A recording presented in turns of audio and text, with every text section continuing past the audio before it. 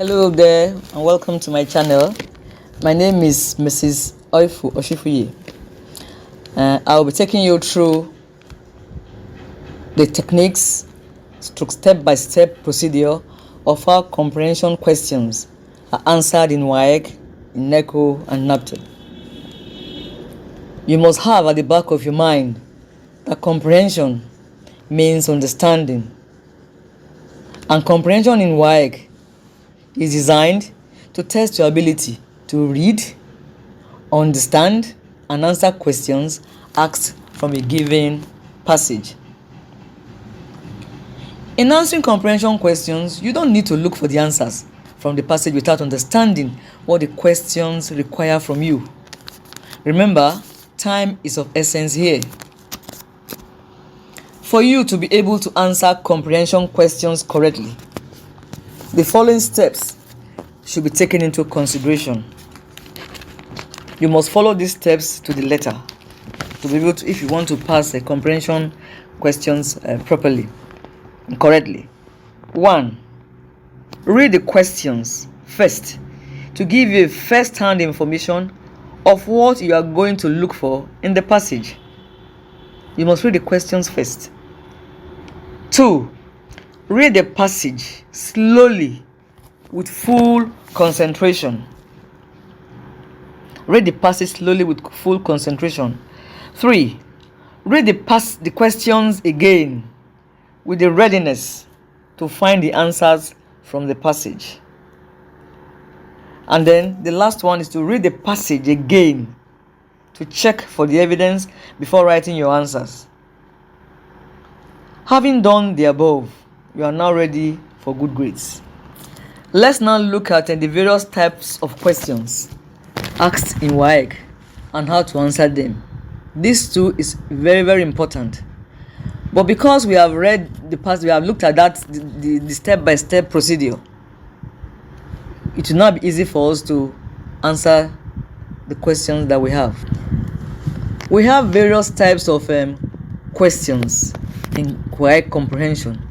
The first one is the factual or the direct questions.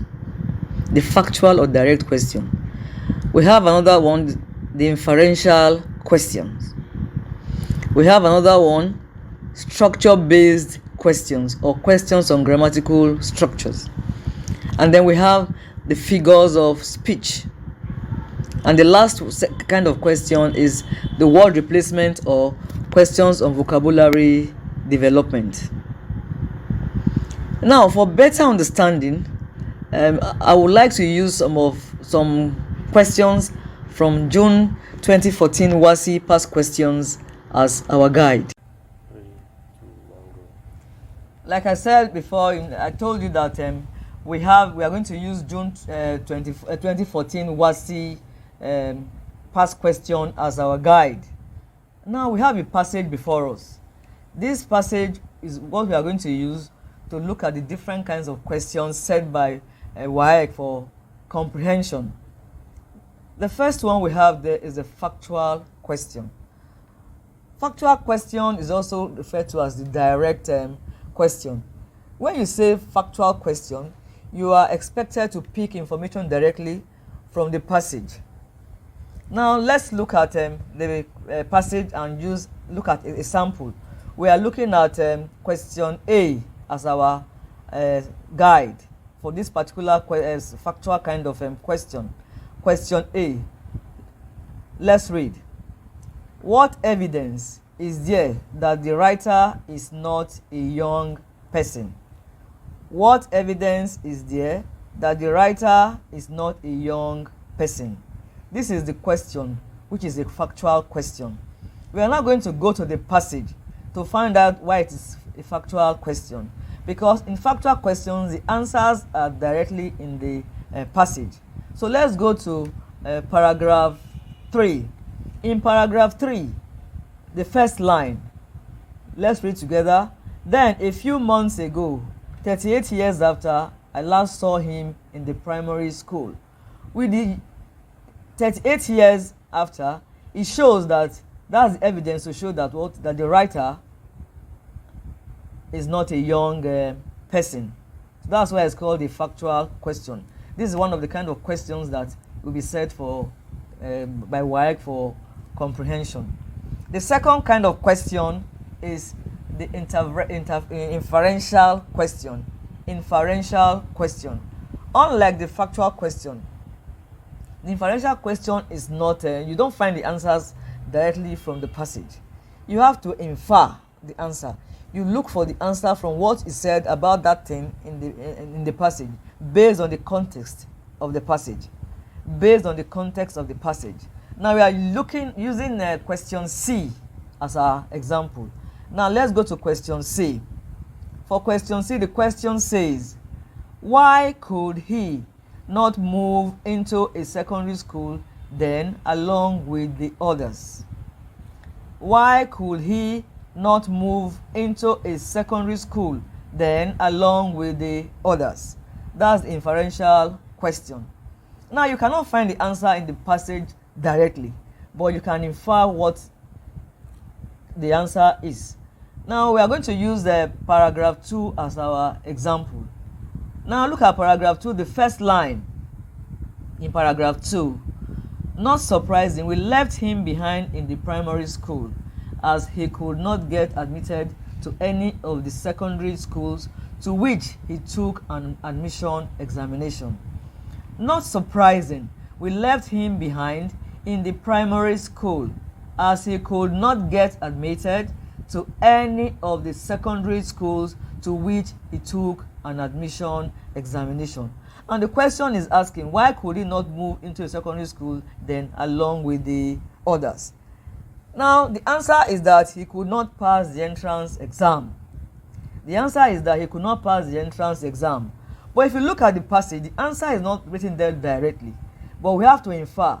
From that thing, those sentences that we just read now, we realize that it was because he was admitted to any of the, could not be admitted because he took an admission exam that did not pass. So we are able to infer that that's the reason why he could not get along with others, because he could not pass the entrance exam.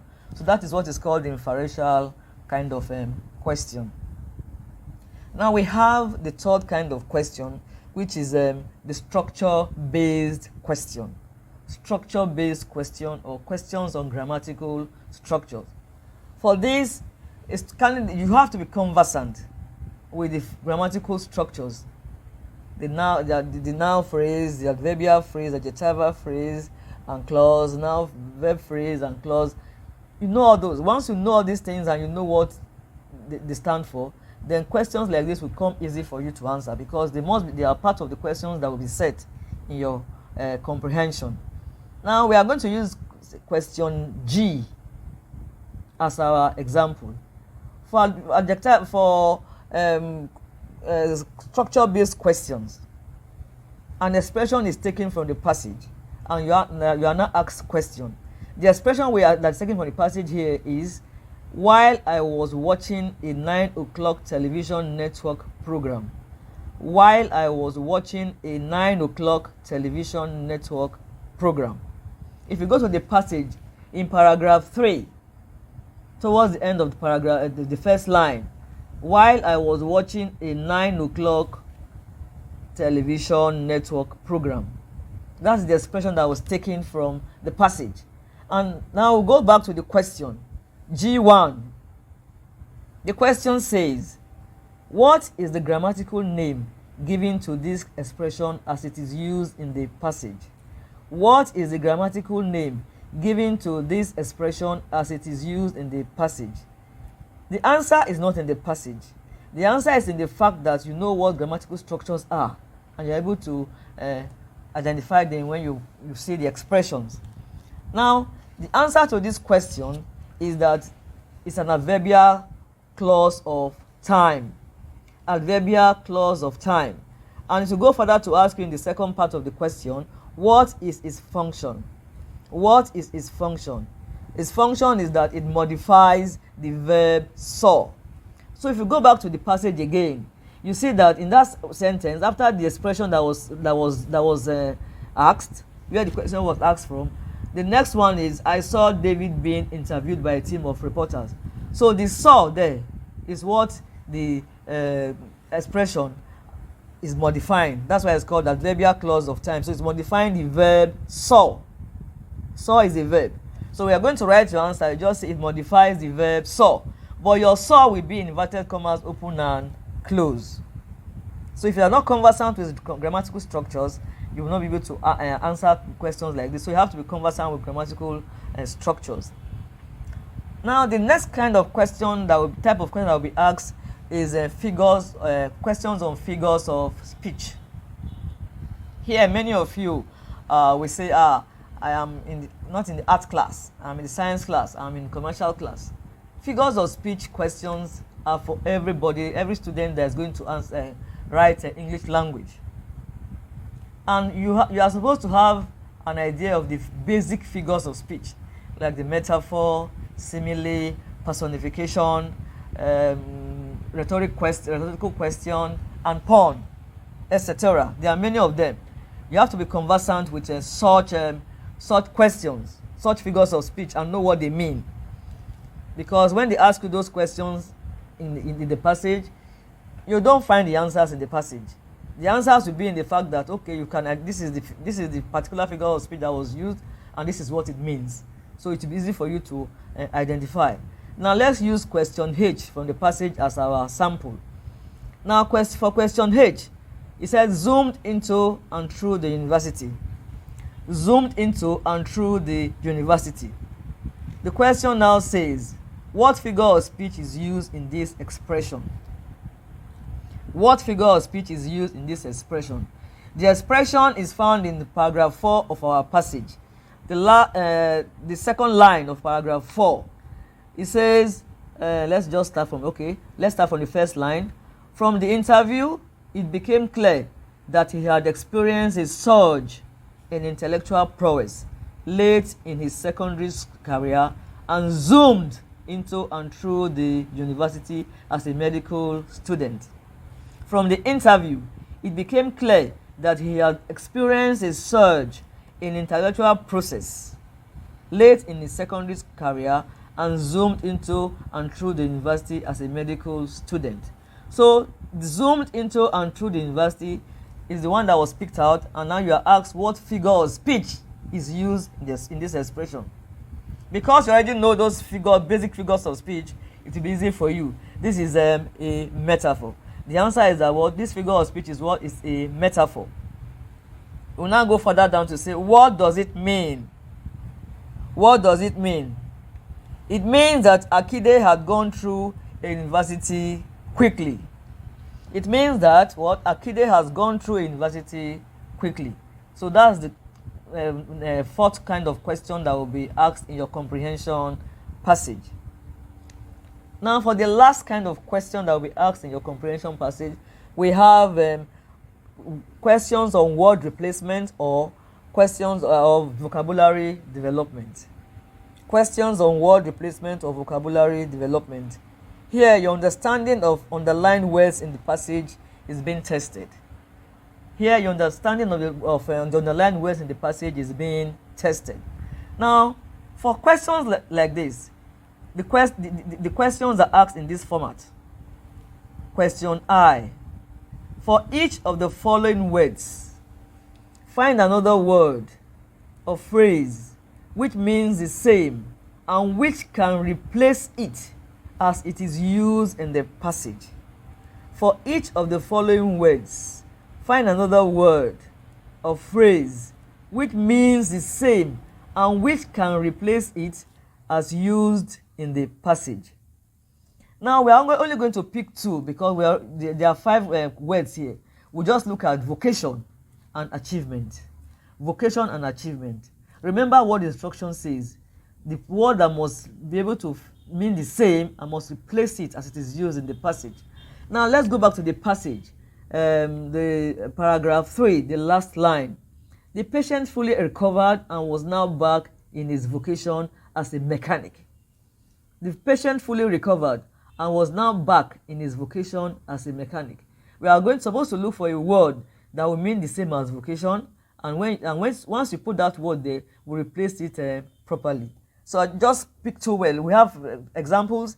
We have a word like career. a word like occupation. I'm not saying you should put 2 words there, but there are so many of those words that you put. And remember, first of all, again, that when you are answering questions in replacement of words, if you put 2 words as the answer, if one of those words is correct and one is wrong, you are going to fail that question, except the 2 words are correct. So be very careful when you're answering your questions and make sure you pick that word that you know is correct, that will fit in as the word you are going to use to replace. So if you pick a word, we have picked a word like career. If you put career, there now reads, the patient fully recovered and was now back in his career as a mechanic. The patient fully recovered and was now back in his career as a mechanic. You can see that it fits in. We can pick another word like occupation. The patient fully recovered and was now back in his occupation as a mechanic. The patient fully recovered and was now back in his occupation as a mechanic. So occupation and or job can be used to replace vocation, and it will still mean the same thing and can fit into that space. We also look at the other word, which is achievement. If you look at achievement, achievement is the last line of paragraph 4. Thereafter, it had been one major achievement after another for him in his chosen field. Thereafter, it had been one major achievement after another for him in his chosen field. Now, for achievement, let's use 2 words again: accomplishment and success. Accomplishment and success are 2 words that can fit in. Now, let's read. Thereafter, it had been one major accomplishment after another for him in his chosen career field. Thereafter, it had been one major accomplishment after another for him in his chosen field. We also have success. Thereafter, it had been one major success after another for him in his chosen field. Thereafter, it had been one major success after another for him in his chosen field. Like I said in the first place, you are not supposed to use 2 words to replace. But if you decide to put 2 words, make sure those 2 words are correct. If one is right and one is wrong, you are going to fail the answer, except the 2 words you have chosen are correct. So these are the 5 types of questions that are usually asked in WAEC comprehension passages. If you have a comprehension passage before you and you follow those steps that we discussed earlier in the video, and then at the back of your mind you have this 5, you know that there are 5 different kinds of questions. We have looked at the examples of those different kinds of questions. We also looked at how to answer those questions. Follow these rules and you find out that answering comprehension passages will be a thing of the past. It will be so easy for you because you now look at it as a walkover. Since we have seen samples, we have looked at the passage, we have looked at the WAEC passage, we have looked at questions, the different kinds of questions, and we have looked at the different kinds of answers that we are supposed to write. With all this said, I know that if you follow these rules, it will be easy for you to get a pass at credit level or higher in your WAEC comprehension passages.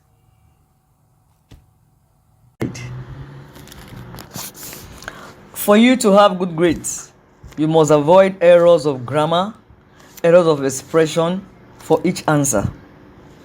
You have to state your answers where you are supposed to state and write simple sentences where necessary too. And also replace words with the correct words. Remember, practice is key for better understanding. This is comprehension, and comprehension is understanding.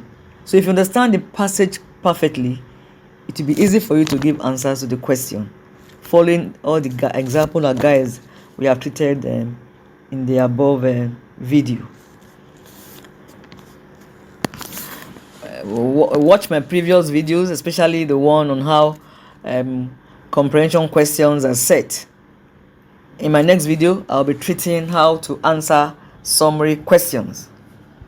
Please do subscribe, share, like, and let us know your comments in the comment section. Don't forget to click on the notification button so that you will be alerted whenever I upload new videos. Thank you. See you in my next video.